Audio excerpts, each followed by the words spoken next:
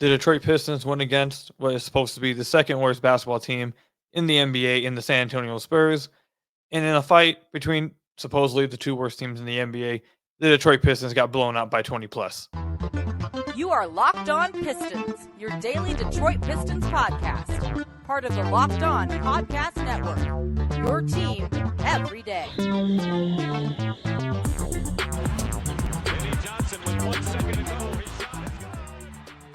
What's the deal? Welcome back to another episode of the Locked On Pistons podcast. Per usual, I am your host, Kuka Hill. You can find me over on Twitter at Kuka Hill. I want to thank you guys for making Locked On Pistons your first listen of every single day. We're free and available on all your podcast platforms.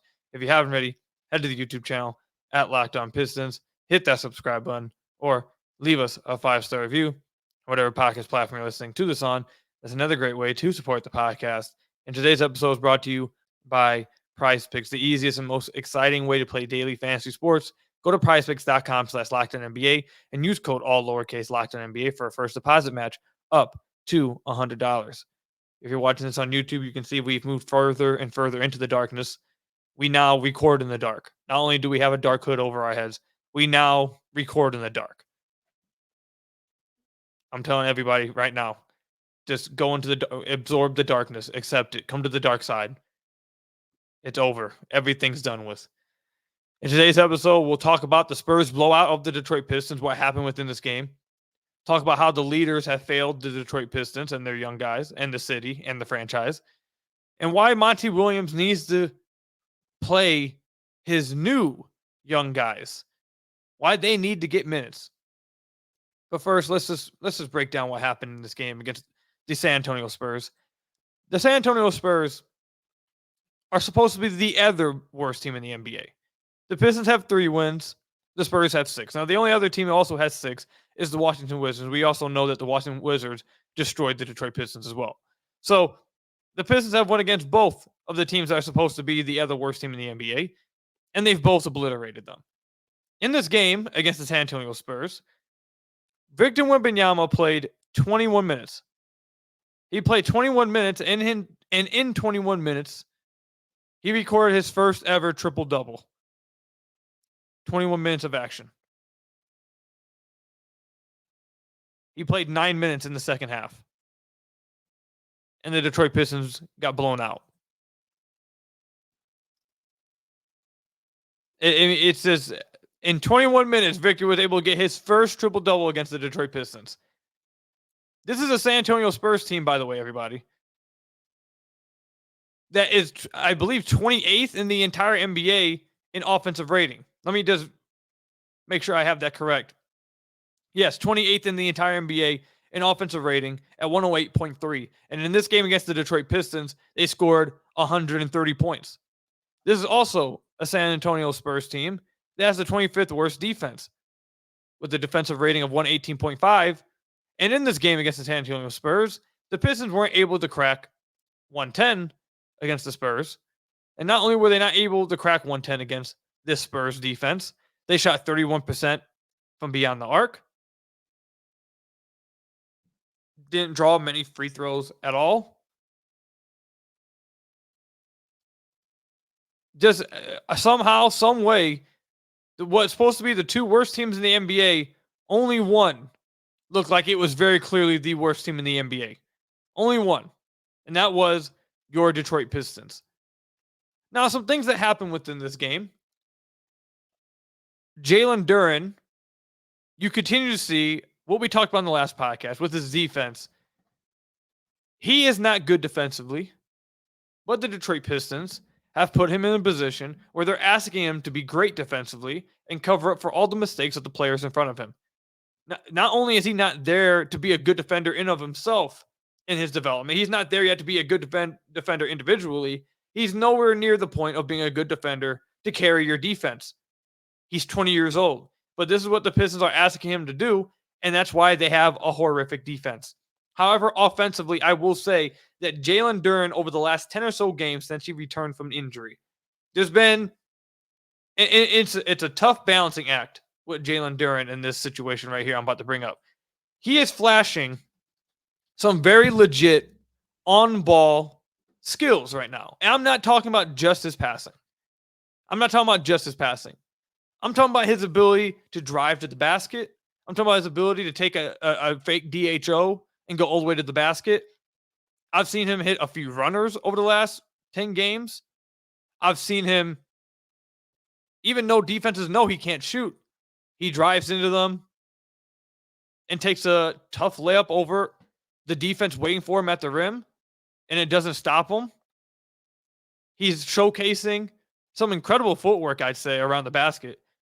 He has this one move that he likes to do a lot, where he basically does a spin move while keeping his pivot underneath the rim. He'll catch the ball, pump fake, rotate to the right with his right pivot foot, pump fake again, then rotate all the way back around, 180 it on the other side of the rim, and then end up with an easy dunk. I hope I explained that well enough for you guys to understand, but it's just showcasing some incredible footwork under the rim, and just showcasing some on-ball skills. Now, with that, if you guys remember on the last podcast, we talked about the fact that when you are losing like this, and it seems like that there is no structure to what's going on anymore, guys will start to pick up bad habits.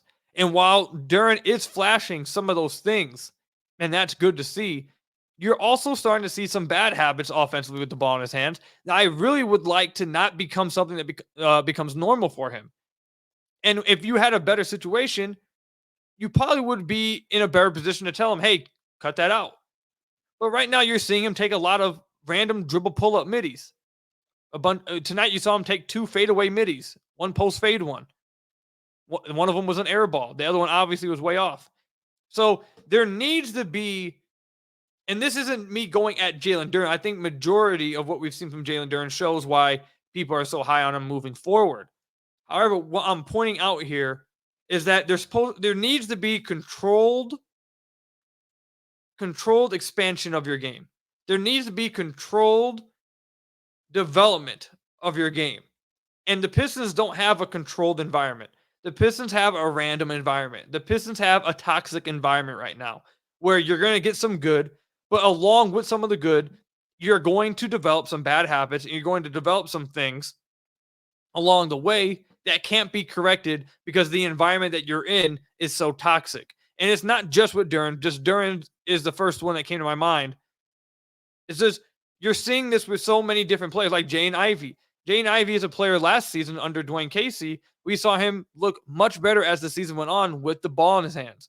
We saw him play as a point guard a lot better as the season went on, especially towards the end of the year. We saw him look much more comfortable with the ball in his hands, playmaking for others as the season went on. And now, at this point in the season with the Pistons this year, you're seeing him make a lot of unnecessary passes. You're seeing him make a lot of unnecessary decision making. Does that mean he's been terrible? No, he still flashes the occasional skip corner pass. He still flashes the ability to get someone an open bucket. But again, just like why I point out with Duren, you're getting these positives, but it's not in a controlled environment and in a controlled development and in a controlled expansion of your game. What's happening is you're just letting them do whatever, basically. And what ends up happening is they end up bringing those bad habits along with some of the good things they're adding. You don't want Jaden Ivey continuing to develop the habit of throwing unnecessary Matthew Stafford bullet passes. Sorry, I know the Lions are playing him this weekend, but that's the first name that came to my mind. Matthew Stafford no-look bullet passes to defenders or his teammates that are 2 inches away from him. You don't need him to be continuing to do that. It's something he did at the beginning of last season, but then toned it down as the season went on last year and became much more controlled.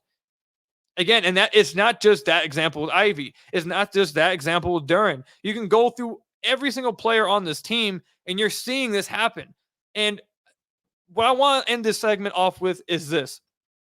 JJ Redick and Tim Legler recorded a podcast episode, and it was talking about the Detroit Pistons and other bad teams, but mostly the Detroit Pistons. And they were talking about their experiences being on a bad team. Now, Legs was on a team that I believe was 2-33. I believe that was the record they were at.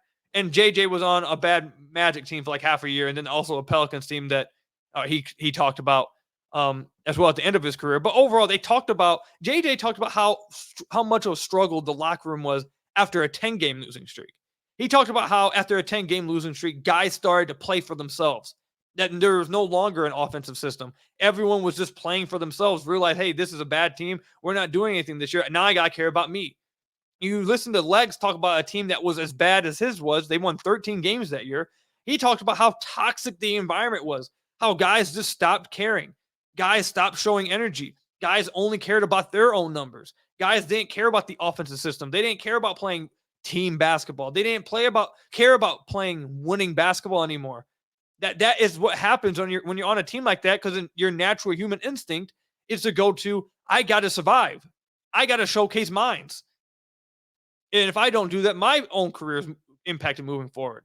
And that is 100% what's happening with the Pistons. Not only what we're seeing on TV, what we're seeing at these games, but what I'm hearing behind the scenes as well. This team is losing itself. This team is losing care for the season. This team is only caring for themselves. As you can see by the fact that the first 4 games of the season, you saw a 0.5 second offense. And now you don't see that at all. You see guys only looking for themselves. I've seen Isaiah Livers dribble the ball more this year than I've ever seen in his NBA career combined. Like I said, you're seeing Jalen Duren take random pull-up middies, post fadeaways. You're seeing Jaden Ivey start to develop some of those bad habits again from early last season. You're seeing Alec Burks and Bojan Bogdanovic think they have to do everything, and they're taking tough shots nonstop. The situation is incredibly toxic, and a Spurs team who has 6 wins, much like the Sacramento Kings did, a team that's 20 plus wins better than both of those teams. The Spurs also put all the Pistons' flaws on display and embarrassed them. And in just 21 minutes, Victor Wembanyama was able to get his triple-double, his first triple-double of his career. This is a toxic situation. This is a horrible situation. It's impacting everyone, and doing nothing is continuing to hurt the young guys and everyone on this team more than even the losing maybe at this point. But I'll tell you guys this right now. This is 100% a toxic team, a toxic environment, and it's only going to continue to get worse. It's only going to continue to get worse. When we come back, I want to talk about how the leaders have failed the Detroit Pistons, the city of Detroit, and their young players. But first, I've got to tell you guys about one of our sponsors, PrizePicks. PrizePicks is the largest daily fantasy sports platform in North America. They are the easiest and most exciting way to play daily fantasy sports. It's just you against the numbers. Instead of battling thousands of other players, including pros and sharks, you pick more than or less than 2 to 6 player stat projections and watch the winnings roll in. I absolutely love PrizePicks. One of my favorite things with PrizePicks is that it has any sport on there that you can imagine. Talking about the NBA, NFL, basketball, college basketball, I should say, college football, college hockey, NHL, MLB. They even have esports on PrizePicks. I absolutely love it. And you can do cross sports entries. It makes it so much more fun and brings up so many more options to play with. Also, another great thing with PrizePicks, which is probably by far the best thing about PrizePicks, is the fact they offer a reboot policy so your entries stay in place even if one of your players gets injured. Let's say you have a football or basketball player in one of your entries. If you have a player who exits in the first half and does not return the second, that player is rebooted. PrizePicks is the only daily fantasy sports platform with an injury insurance policy. So go to prizepicks.com/LockedOnNBA and use code LockedOnNBA for a first deposit match up to $100. Again, that's LockedOnNBA or promo code, I should say. I'm sorry. LockedOnNBA for a first deposit match up to $100 with PrizePicks. Daily fantasy sports made easy with PrizePicks. So I want to thank you guys again for making Locked On Pistons your first listen of every single day. Free and available on all your podcast platforms. If you haven't already, head to the YouTube channel at Locked On Pistons. Hit that subscribe button or leave us a 5-star review on whatever podcast platform you're listening to this on. That's another great way to support the podcast. Each day that goes by,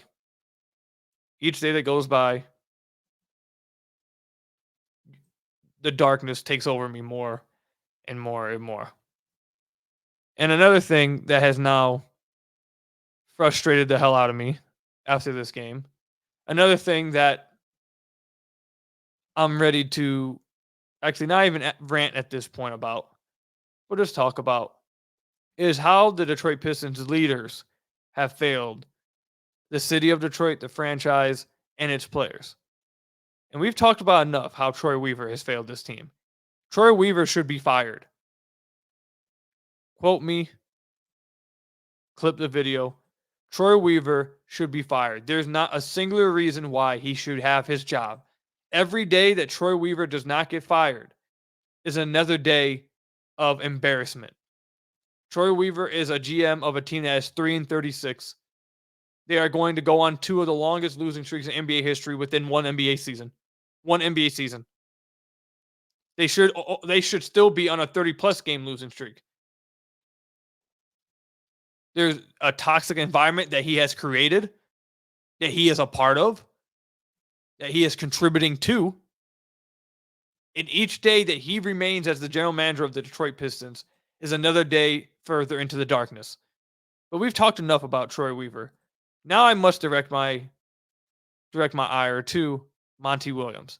And there's a quote he had after the game that I want to say to you guys here. Monty Williams said after the game that there was a lack of focus and discipline. And he said, quote, "There's nobody to look at other than me for not having these guys ready." Let me tell you guys something. I don't know if you guys knew this or not, but the Detroit Pistons are 3-36 or 3-35. The Detroit Pistons are 3-35. If Monty Williams is coming out after the 35th loss of the season, before even the halfway point of the season, and continuing to come out and say, there's nobody else to look at other than me for not having these guys ready. This is not the first time he's come out and said something along the lines of criticize me, or it was my fault, or I didn't do this right. He is in the first year of a long, long contract. He is in the first year of a very expensive contract. And I've said this many times before. Monty Williams has been dealt the worst hand in NBA history. Or one of the worst hands I've seen. But he has also done probably the worst job that you could probably have done with that hand. Not saying he would have turned this team into anything else. Not asking him to make a gourmet meal out of a paper clip, a quarter, and a penny or something. Like, I'm not asking him to do anything like that.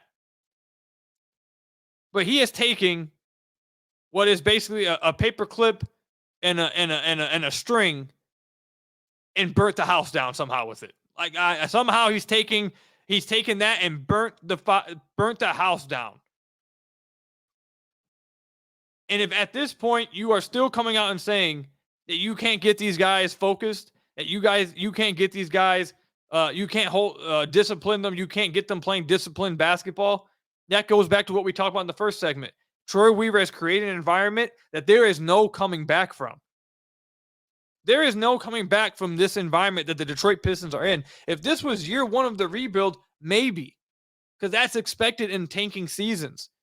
In year 4 of your rebuild, when everyone was expecting this to be the year you made some kind of improvement, and you went out and got this big name coach and paid him the largest contract in NBA history at that time, the expectations around this team and for guys entering year 3, year 4 of their careers was completely different.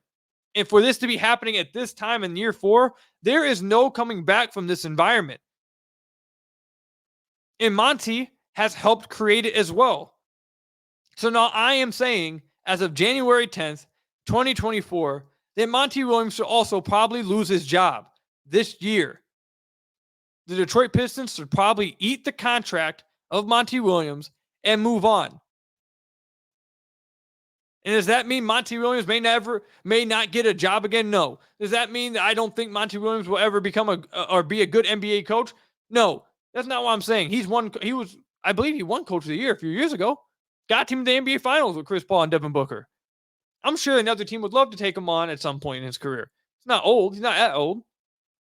But for this situation with the Detroit Pistons, all it took was a few months, and the environment was created so toxic and so irredeemable by the front office and the coaching staff that you must clean house and move on from all of them. There, again, let me say it one more time. There is no coming back from this environment. The trust has been broken on multiple levels between multiple people. There is frustration at every level between multiple people. There is a level of toxicity at every level amongst multiple people. There's no coming back from this now. The only way to move forward as an organization, if you're the Detroit Pistons, is to clean house and start anew. There is no trade, there's no signing that can create a better environment and change what has happened under this leadership. There is nothing that can do it. There's nothing. And I'm telling you, I know. Maybe you guys can trust me about these things I'm saying to you. But I can tell you this as well. I know that other players outside the Detroit Pistons feel the exact same way. So no one's going to want to come here in free agency with it like this. No one's going to want to be traded here with it like this.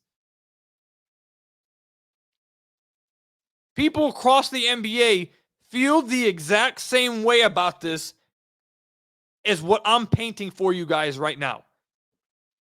So if that's the case, and everyone looks at you like this, including within your own organization, within your own front office, within your own franchise roster, coaching staff, if that's what's happening within, is also happening across the entire league amongst your peers, it is over.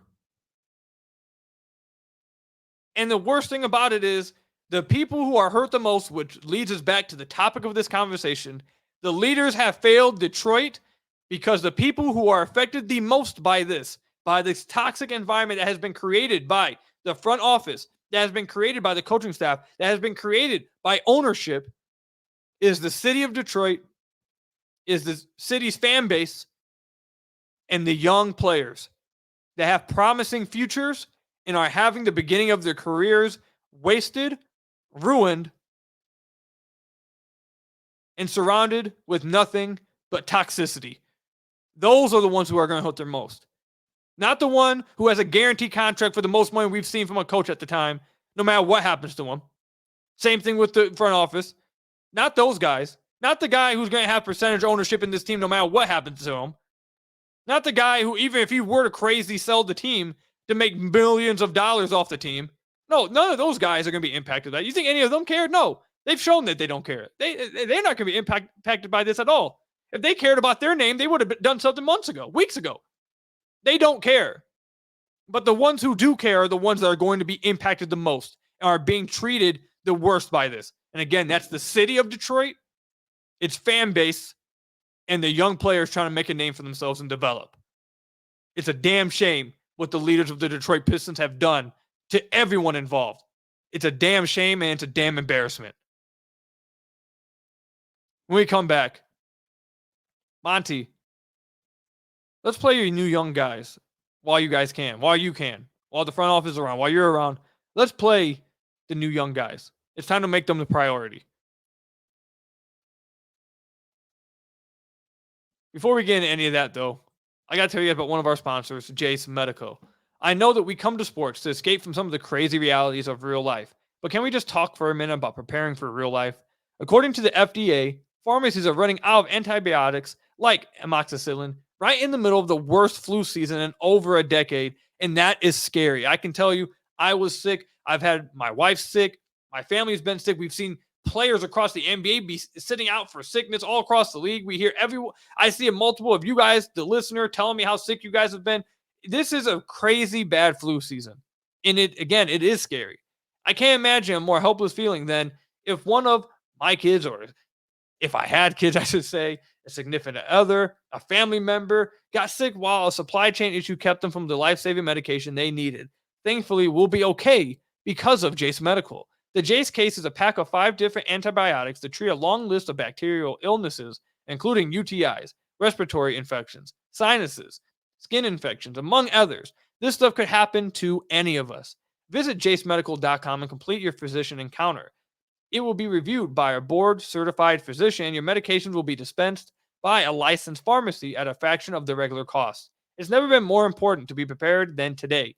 Go to jasemedical.com and use offer code locked on to get 20% or $20, I should say, off your order. So I want to thank you guys again for making Locked On Pistons your first listen of every single day. We're free and available on all your podcast platforms. If you haven't already, head to the YouTube channel at Locked On Pistons, hit that subscribe button, or leave us a 5-star review, whatever podcast platform you're listening to this on. That's another great way to support the podcast. Let's start a trend. Let's start a trend, everyone. I've already had some of you guys do it, by the way. But I want everyone to join us. I've had a few listeners send me pictures of them with a hood up, covering their face, absorbing the darkness, enjoying the dark side. So what I want to see from all my listeners, I want to see from all the Detroit Pistons, really the Detroit Pistons fan base, stop looking for the light that's non-existent within this darkness. There is no light within this organization right now. There is no light to the future. There is no light to what this situation is. It's pure darkness. And as soon as everyone accepts it and just absorbs it, the better. So let's start it. I just want to see from you guys. Go ahead and go get your guys a little, Darth Sidious, uniform. Maybe get yourself a Darth Vader uniform. Just get yourself a little hoodie and join the trend. You feel me? Because this is me for the rest of the year. This is me for the rest of the season. This is me for the rest of the time being until one of these guys are removed from their position. This is me. Call me Darth Koo. This is who I am. Anyways, Monty Williams. Let's play your new young guys. It's time for everyone else to be removed as any kind of priority. And yes, for those of you out there who think I'm blind and refuse to say this out loud, even though I've said it multiple times, that includes the player I was a fan of and believed in, Killian Hayes. It's time to sit Killian Hayes. He should not be starting anymore. It's time to sit Isaiah Livers. He should not be starting. It's time to stop. Actually, I was going to say it's time to stop playing James Wiseman, but they don't have any other guy at the big man position because, they didn't want to get a big. But it's time to prioritize the playtime of Marcus Sasser and the guy that we have been talking about for feels like weeks now, after what was a start to a season that looked so insanely promising with how they were utilizing him and how he was affecting the game in every single area but shooting Asar Thompson. It is time to prioritize those guys. These other guys are not part of the future. These other guys, they had their chance. They had 4 years. They had 3 years. And this doesn't mean that they can't have NBA careers, okay? Maybe they go on and develop somewhere else. But when it comes to the Detroit Pistons, they have done enough to deserve the development prioritized or to be prioritized over, at this point, a rookie and Asar Thompson who has one of the highest ceilings, I would say the second highest ceiling on this basketball team, and Marcus Sasser. And you guys remember, even on the last episode, I said, I don't know if I'm going to be a fan of Marcus Sasser on this team moving long term. I don't know if I'm going to enjoy watching him play, but that doesn't change the fact that he should have higher priority now and a chance to prove me wrong and a chance to make a fan out of me more than the other guys that I mentioned on this team. Asar Thompson was your 5th overall pick. He was playing outstanding basketball for a rookie the first 14 games of this season. And for some reason, they decided to go against it. They decided to sit him.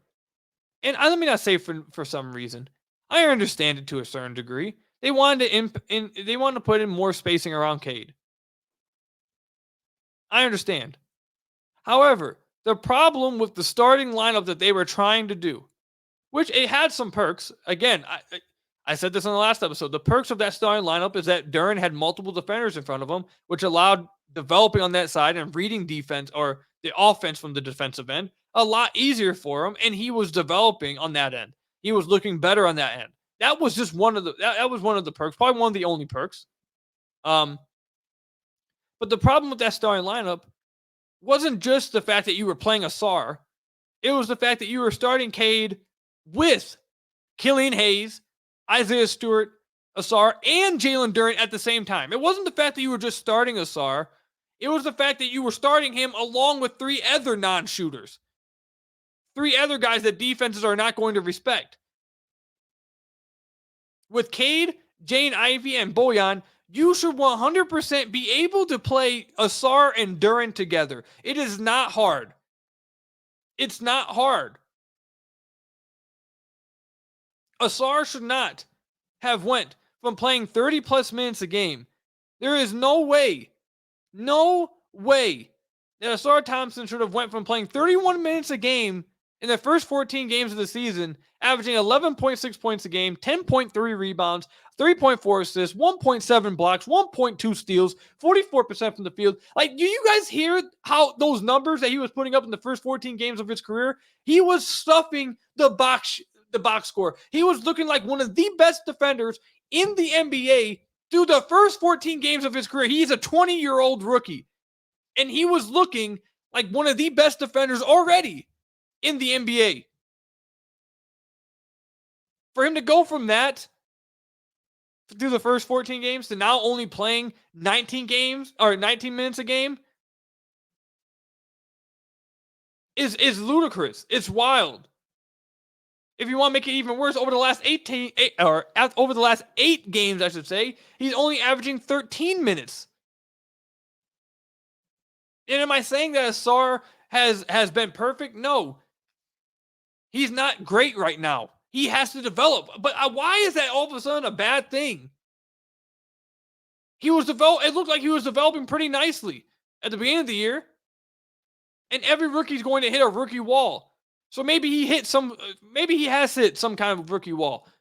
On a team that's 3-35, that should not matter. Your 5th overall pick should take priority over losing a game by 20 instead of 30 to the San Antonio Spurs that have 6 wins. Like, come on. These guys matter more now. They matter more to the future, and it's time to give them that priority over other guys that have had their chance, had their time, and didn't do enough with it to maintain that priority. It's time. Play your new young guys. Play your young guys that matter right now. And that's Cade, Ivy, Duren, and Ausar. Those are the 4 main guys. And the other ones that should get minutes that matter at this point, for sure, is Isaiah Stewart and Marcus Sasser moving forward. Fit around that. But those ones should be prioritized from here on out. That's all I've got for you guys today. Thank you guys for joining me on another episode of Locked On Pistons. Hit that subscribe button. Give us a 5-star review, whatever podcast platform you're listening to this on. Until next time, I really wanted to, I couldn't find, I'm going to figure out how to get the soundboard on here. Trust me. I really wanted to end the episode with, come join the dark side. Like talk like Darth Vader or something, but I don't have it. But it's coming, I promise. I'm going to figure it out. But until next time, you don't know the power of the dark side. Join me. I'll see you in the next episode. Peace out.